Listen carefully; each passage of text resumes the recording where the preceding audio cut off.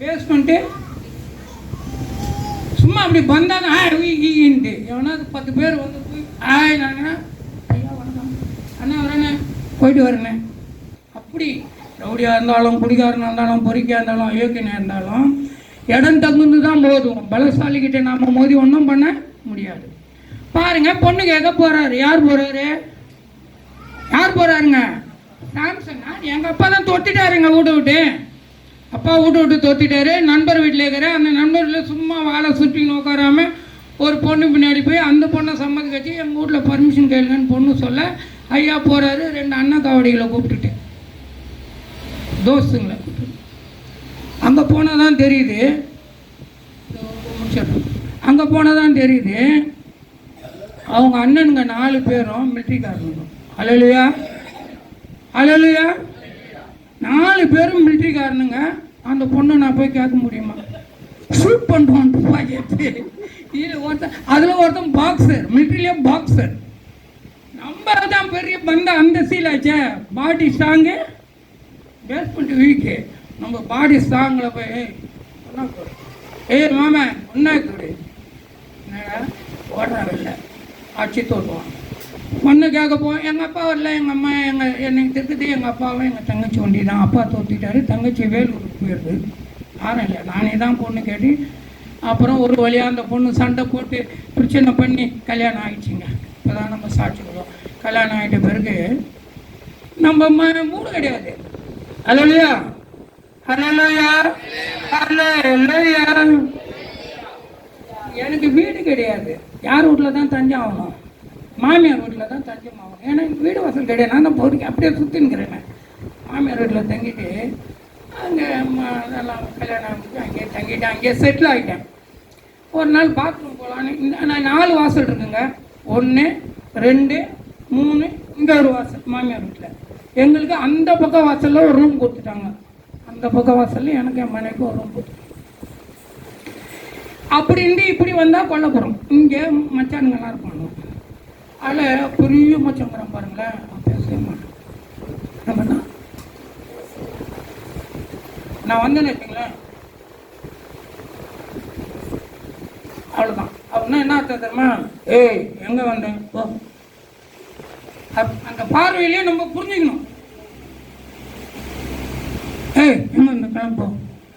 சரி அவன் தான் அப்படி பண்ணான்னு இந்த பக்கம் வாசலுக்கு போனால் ஒருத்தன் கண்ணை தொடச்சிக்கினே இருப்பான். பார்க்குறப்பெல்லாம் மிலிட்ரி கண்ணு தொடச்சிக்கினே இருப்பான். எப்படிங்க இருக்கும் நமக்கு? ஒருத்தன் முறைக்கு விளையாடுறான், இன்னொருத்தன் சாராயம் விற்கிறவன் அந்த ஊரில். போயிடுவான். அவ்வளோதான். 3 பேருக்கு நடுவில் அப்படிங்க வாழ்க்கை பண்ண முடியுமா? இந்த பக்கம் ஒருத்தன் துப்பாக்கி வச்சுக்கிறான், அந்த பக்கம் மறைச்சிட்டே இருக்கிறான், ஒருத்தன் தப்பா திப்புன்னு கத்திட்டு இருக்கிறான். வாழ்க்கை நடத்தணும். எனக்கும் கர்த்தர் ஒரு கர்ப்பத்தின் கனியை உண்டு பண்ணினேன். அல்லேலூயா. பாருங்க, நான் கர்த்தர் வந்து இதெல்லாம் உங்களுக்கு ஸ்டேஜாக தான் சொல்லிக்கிறேன். பாஸ்கிட்ட 4 சாட்சியாக தான் சொல்ல முடியுது ஒரே டைம். ஏன்னா இதில் தான் இங்கே ஒரு சாட்சி வரணும். இங்கே பிட்வீனில் எப்படின்னா கர்த்தர் எளியவனை உறதிலிருந்து கொடுக்கிறார். ஆமென். அல்லேலூயா அல்லேலூயா. அப்போ நான் பாவி சாத்தானுடைய மகன், எனக்கு ஏன் கர்ப்பத்தின் கனியை கொடுக்கணும்? அப்போ அவர் பிரியமாக தானே இருக்காரு எல்லார் மேலேயும். உங்கள் மேலேயும் பிரியமாக இருக்கிறாரு. இப்போ நாம் கிறிஸ்தவங்க தான் நல்லா இருக்கிறோம் நம்ம நினைக்கக்கூடாது. அதுதான் இன்னொரு சர்ச்சு லைனில் வரணும். இப்போ டைம் இல்லை. ஏன் இந்து மதத்தில் உள்ளவங்களும் சந்தோஷமாக தானே இருக்காங்க. ஒரு சேட்டுன்றோம் நகை எட்டு போய் நம்ம அடகு வைக்கிறோம். அவங்ககிட்ட நம்ம போகிறோம், அவன் இந்து மதத்தை சேர்ந்தவன், அவன் நல்லா வசதியாக இல்லைங்களா? பங்களா இல்லையா? தீபாவளிக்கு நாம அடிக்கிறோமோ இல்லையா பட்டாசு, அவன் ரோடியா கறி வைக்கிறான், பணம் இல்லையா? அப்போ அவனை வாழ வைக்கிறது யாரு? அவனை வாழ வைக்கிறது யாரு? நம்மளை வாழ வைக்கிறது இயேசு கிறிஸ்துனா, நம்மளுடைய செழிப்பை அவனை வாழ வைக்கிறவர் யாரு? அது அடுத்த சாட்சிக்கு நம்ம போவோம். இப்போ நேரம் இல்லை எனக்கு. இதிலே நிற்போம்.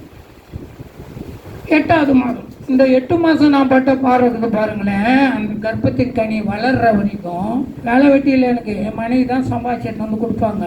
நம்மளதெல்லாம் பஞ்சாயத்து. இப்போ ஆட்டோ ஸ்டாண்டு தலைவருங்க, அப்போ ரோட்டு பஞ்சாயத்து தான்.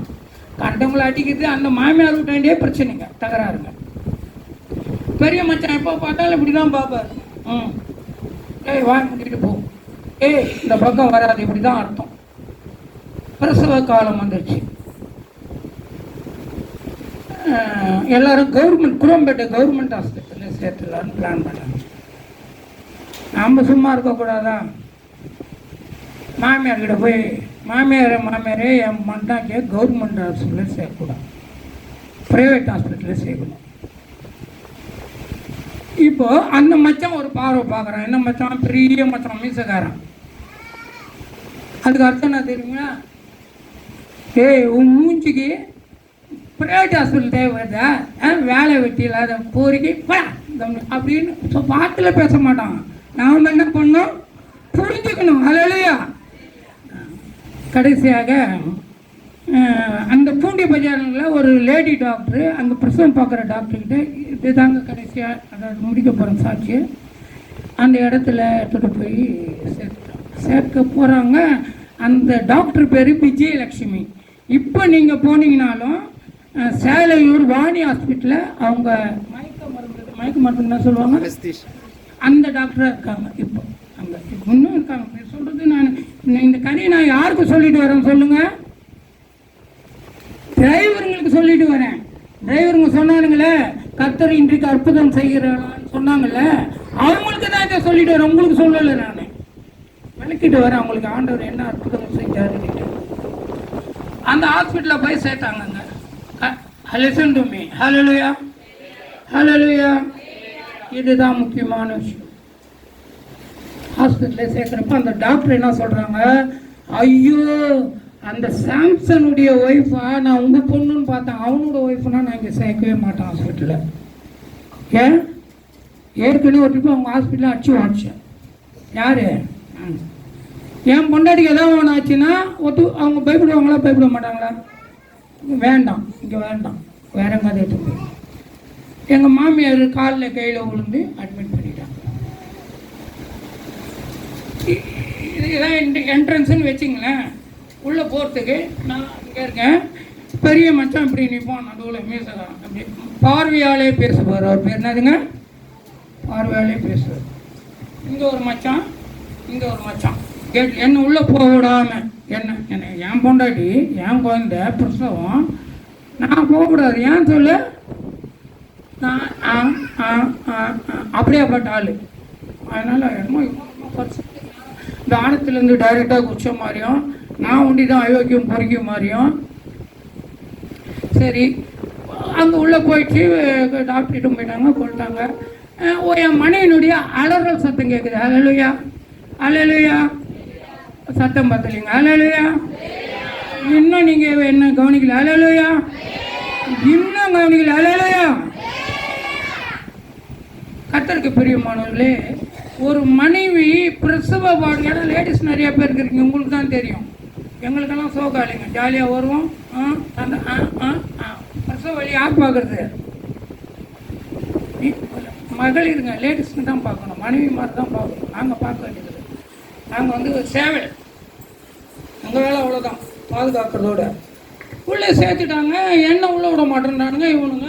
வந்து கிட்ட கண்டினா அவர் பெரிய மச்சான் பார்ப்பார். அதுக்கு அர்த்தம் என்ன?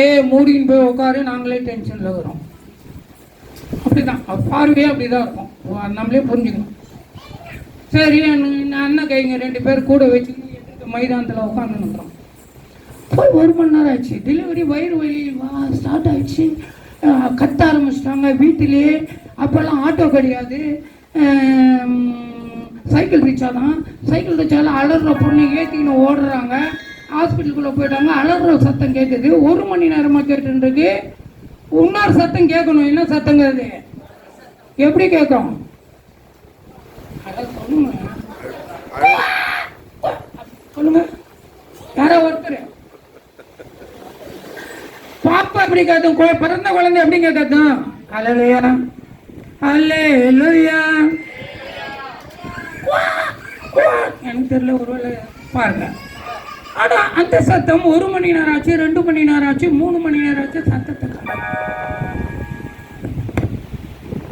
இவனுங்களுக்கு ஏதோ ஒரு பதட்டமான சூழ்நிலையில் இருக்கிறாங்கன்னு எனக்கு தெரியுது. நான் அங்கே நின்றுட்டு பார்த்துட்டு இருக்கிறேன். உள்ள விட மாட்டோம். சின்ன மச்சம் வந்து ஒருத்தருமா, 16 வயசு மச்சம், கடைசி பையன், எங்கள் ஒய்ஃபுக்கு தம்பி. நான் கூப்பிட்டு என்னடாண்ணா அக்கா கத்திட்டு இருக்கிறாங்க. குழந்தை பிறந்துச்சு. என்னடா சொல்கிறேன்? குழந்தை பிறந்துச்சு கட்டில் கட்டி வச்சுக்கிறாங்க. நல்லா லிசன் டு மீ, இதை ஒண்டி கொஞ்சம் கவனிங்க. Listen to me. Hallelujah, hallelujah. குழந்தை பிறந்துச்சு. குழந்தை பிறந்துச்சா? சத்தமே கேட்கலையாடா? தலை கீழே பிடிச்சி ஆட்டிருக்கிறாங்களா? அவனும் சின்ன பையன் தானே, வடல பையன், 16 வயசு பையன். குழந்தை தலை கீழே எனக்கு ஒன்றுமே புரியல. மனைவியினுடைய அடு சத்தம் நின்று விட்டது. குழந்தையின் சத்தம் கேட்கவில்லை. குழந்தை பிறந்து விட்டது. டாக்டர் தலைகீழ நானும் தள்ளின்னு வர மச்சான. அவங்களுக்கு விஷயம் தெரிஞ்சிருக்கு, என்னமோ உள்ள நடக்குது. அதை கண்ணு விழிச்சு போயிடு, இங்க நிக்காத அப்படின்ற மாதிரி ஒரு பார்வை. எனக்கா பழைய சாம்சனா மாறினா நம்ம பாடி தான் அங்கே பேஸ்மெண்ட்டு வீக்கு சுற்றுவான் துப்பாக்கிலே. இல்லை மிலிட்ரிக்காரனுங்க பற்றி நமக்கு தெரியும். போலீஸ்காரங்க கூட பரவாயில்ல, மிலிட்ரிக்காரனுங்க மோசமானவனுங்க. வம்பு காட்டக்கூடாது, உட்காந்துக்கிட்டு. அப்போ பாருங்க, லிசன் டு மீ. குழந்தை பறந்துச்சு, உயிரா இருக்கா செத்துடுச்சான்றது தெரியல.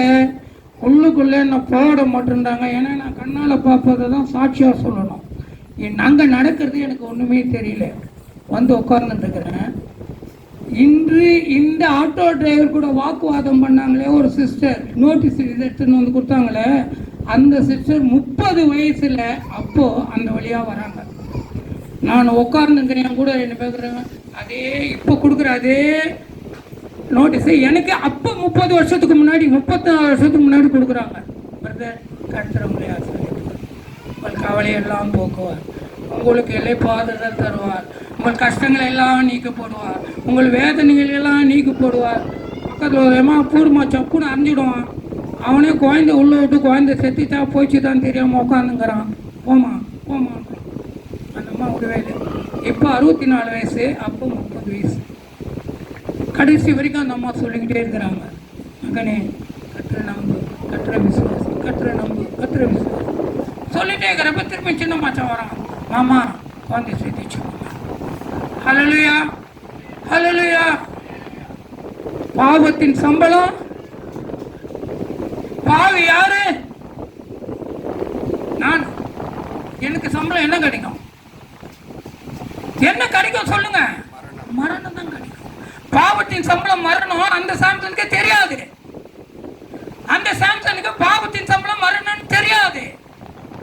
10 வருடமா அயோக்கியதனம் பண்ணவன், கேடிதனம் பண்ணவன், குடிகாரன். அவன் குழந்தைய கர்த்தர் ஆசீர்வதிப்பாரா? அந்த குழந்தைய பிரசிக்க பண்ணுவாரா? மறித்து விட்டது. அப்ப அந்த சிஸ்டர் அங்கதான் நிற்கிறாங்க. பிரதர் கவலைப்படாதீங்க, கர்த்தர் நேற்று மீண்டும் மீண்டும் உயிரோடு இருக்கிறார். உங்க குழந்தைய உயிரோட பண்ணுவான்றாங்க. இவனுங்க மிரட்டுறானுங்க கூட இருக்கிறவனுங்க. எம்மா கோபத்தில் இருக்கிறார் போயிடுமான்னு. அவங்க சொன்ன ஒரே வார்த்தை தானுங்க, பிரதர் உங்க குழந்தை இப்போ உயிரோடு வேணும். நான் சொல்ற செத்து போச்சுன்றாங்க. வந்து குத்திட்டாங்களாம் ஊசில, கத்துல தலைகீழ ஆட்டிட்டாங்களாம். குழந்தை கத்துல செத்து போச்சுன்றாங்களாமான. மரித்தோரை உயிரோடு இருக்கிற வல்லமை யார் கொண்டு? இது கூடவா சொல்ல மாட்டேன் நீங்க சத்தமா? மரித்தோரை உயிரோட எழுப்புற வல்லமை யார் கொண்டு? அப்ப இந்த சாம்சன் தெரியாது. ஏன் சொல்லுங்க? அந்த அம்மா சொன்னா ஒரே ஒரு வார்த்தை ஒட்டி திரும்ப திரும்ப சொல்லுங்க, கர்த்தாவே நான் உண்மை ஏற்றுக்கொள்கிறேன், என் பாவங்களை அறிக்கையிடுகிறேன், என் குழந்தையை உயிர்ப்பி. இந்த வார்த்தை ஒட்டி சொல்லிட்டே இருங்க. யாருங்க? டாக்ஸ் கொடுத்த ஒரு அம்மா என்ன அந்த இடத்துல உட்காருது. நானும் சரி செத்து போன குழந்தை என்னதான் சொல்றாங்க. அப்பதான் முதலாக கர்த்தர் நல்லவர் என்பதை ருசி பார்க்க ஆரம்பிச்சு. ஆமென், ஹல்லேலூயா. கர்த்தர் நல்லவர் என்பதை ருசி பாருங்கள், அவர் மேல் நம்பிக்கையா இருக்க மனுஷன் பாக்கியம்.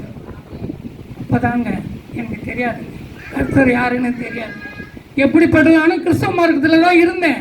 சிஎஸ்ஐ சர்ச்சை சேர்ந்தவன் தான். என்னுடைய சாத்தான் புகுந்து கொண்டான். 10 வருடங்களாக என்னை அவன் போக்கில் அழித்து கொண்டு போனான். அவனை தான் எனக்கு தெரியும். அவன் தான் என்னை வாழ வச்சான். இயேசு வாழ வைக்க. இயேசு தெரியாது, தெரிஞ்சால் தானே வாழ வைப்பார். மரித்த குழந்தை ஒரு பக்கம், கண்ணீரோடு நான் இந்த பக்கம். இதே சொல்லுங்க, சொல்லுங்க, சொல்லிக்கிட்டே இருந்தேன். அவங்க தலையில் வச்ச கர்த்தாவே இந்த மகனை ஆசிர்வதி, இந்த மகனை ஆசிர்வதி, இவனுடைய குற்றங்கள் பாவங்கள் எல்லாத்தையும் நீக்கி போடும் உண்மை ஏற்றுக்கொள்ள கிருபை செய்யும், மருத்துவ குழந்தை உயிரோடு எழுப்போம். ஜெபிக்கிறாங்க. நானும் கர்த்தாவே என் பாவங்களை அறிக்கையிடுகிறேன், நான் உண்மை ஏற்றுக்கொள்கிறேன், என் குழந்தை உயிர் பெய்யும் நானும் மனசார சொல்லிட்டு இருக்கிறேன். அவங்கள கைதுக்கிறேன். ஹல்லேலூயா, பிரைஸ் தி லார்ட். சத்தம். ஆமென். எல்லாம் கரங்களை தட்டி கர்த்தரை மகிமைப்படுத்துங்க. கரங்களை தட்டிக்கொண்டே இருங்க. கர்த்தர் பெரிய காரியங்களை செய்வார். கர்த்தர் உங்கள் மத்தியில் பெரிய காரியங்களை செய்வார். கர்த்தர் அற்புதங்களை செய்வதாக இருக்கிறார். இன்று நடந்த உண்மையான சாட்சி இது. ஆம், மெய்யான சாட்சி. அதே டாக்டர் இருக்கிறாங்க, அதே ஹாஸ்பிட்டல் இருக்கிறாங்க, அதே மகன் இன்று பெரிய ஊழியக்காரனா இருக்கிறார். அவனுக்கு அந்த இடத்துல நான் சத்தியம் பண்ணேன். அவன் அந்த அம்மா கிட்ட நான் இனிமேல் கர்த்தரை ஏற்றுக்கொள்கிறேன் சத்தியம் பண்ணி சொல்லிட்டேன். அதனால அவனுக்கு சத்தியசீலன் பேர் வச்சு ஆமென். இன்று வரை அவன் உயிர் கொண்டிருக்கிறான். 34 வருடங்கள் ஆகிறது. ஜாக் ஆன்லைன் என்ற கிறிஸ்டியன் மினிஸ்ட்ரி தாம்பரம் பகுதியில் வைத்துக்கொண்டு அநேக ஹாஸ்பிட்டல் ரெக்கார்டிங் சென்டர் பண்ணி குழந்தைங்களுக்கெல்லாம் கீபோர்டு கிட்டார் எல்லாம் கற்றுத்தரோம். இது என்னுடைய சித்தியங்க உட்கார்ந்து இருக்கிறாங்க. இது அவ்வளவும் கர்த்தர் செய்து அற்புதமான. அல்லேலூயா, அல்லேலூயா.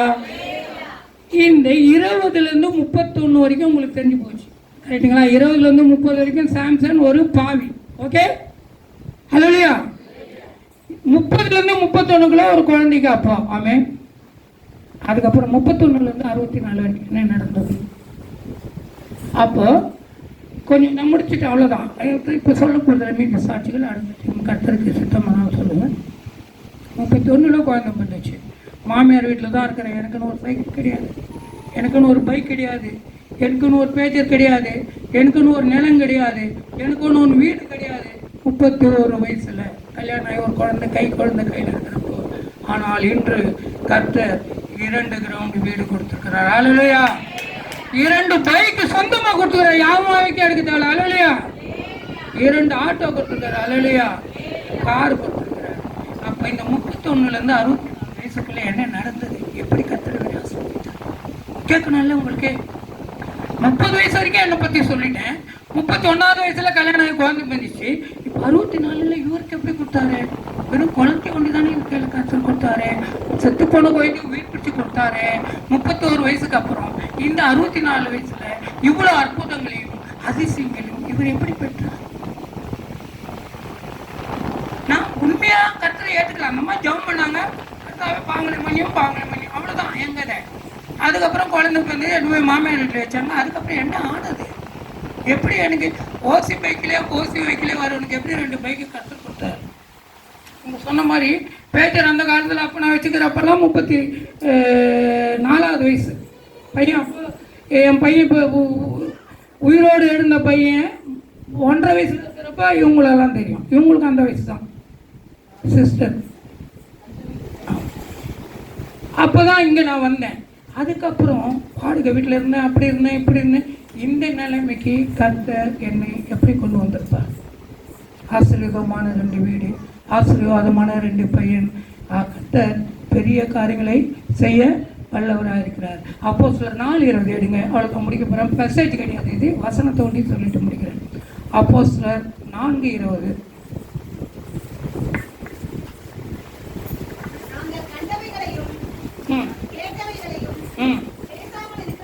நேற்று லிசன் டு மீ. வசனம் இல்லை, சாட்சி சொல்லி முடிச்சுட்டேன். வசனம் ஒண்டி சொல்ல போகிறேன். 4:20 படிங்கம்மா. நாங்கள் கண்டவைகளையும் கேட்டவைகளையும். அல்லேலூயா, அல்லேலூயா. பத்தலைங்க, முடிக்க போறேங்க. நாங்கள் கண்டவைகளையும் கேட்டவைகளையும் குறித்து என்ன பண்ணக்கூடாதுங்க? அப்படியே 5:20 போங்க. அப்போ சிலர் 5:20 நீங்கள் போய் தேவாலயத்திலே நின்று இந்த ஜீவ வார்த்தைகள் எல்லாவற்றையும் ஜனங்களுக்கு சொல்லுங்க. பாருங்க, 4:20 சொல்றது நீங்கள் கண்டவை, இப்ப நான் சொன்னதை கேட்டவை. அல்லேலூயா. கண்டவை, இப்ப நான் சொன்னதை கேட்டவை. குறித்து அல்லேலூயா. அது என்ன பண்ணணுமா? தேவ ஆலயத்திலே போய் நின்று சொல்லுமா, 5வது படிமா. நீங்கள் போய் தேவாலயத்திலே நின்று இந்த ஜீவ வார்த்தை, இது ஜீவ வார்த்தையா இல்லையா? நான் சொன்ன சாட்சி ஜீவ வார்த்தையா இல்லையா? அதே போய் தேவாலயத்தில் நின்று என்ன பண்ணுங்க? ஜனங்களுக்கு சொல்லி, இதுதாங்க சாட்சி. அல்லேலூயா. அதான் சாட்சி. நீங்கள் கண்டது, நான் சொன்னது, கேட்டது மௌனமாயிராமல் இந்த வார்த்தைகளை தேவாலயத்தில் நின்று அநேக ஜனங்களுக்கு சொல்ல சொல்லி ஆண்டவர் எனக்கு கட்டளை இருக்கிறார். அந்த கட்டளை நிறைவேற்றத்தான் நான் உங்கள் மத்தியிலே வந்து நின்று கொண்டிருக்கிறேன். இது நடுவில் லூப் லைன் சாட்சிகள் நிறைய இருக்கு. கர்த்தருக்கு சுத்தமானால் இன்னொரு நாள் ஐயா அன்பு ஐயா சங்கீதம் பொறியாளர்கள் அழைத்தார்களானால் நான் 31 வயதிலிருந்து மேற்கொண்டு கர்த்தர் செய்த அற்புதங்களை உங்கள் மத்தியில் பகிர்ந்து கொள்ள கர்த்தருக்கு பிரியமானால் நான் காத்திருக்கிறேன். ஆமென். அல்லேலூயா.